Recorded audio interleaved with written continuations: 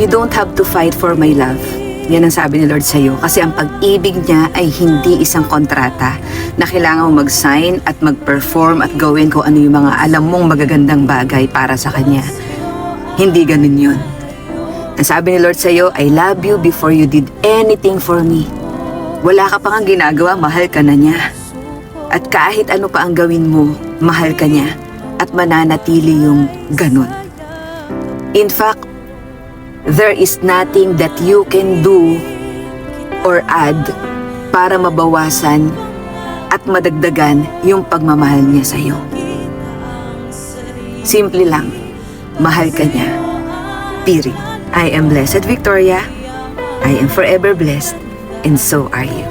Bye guys!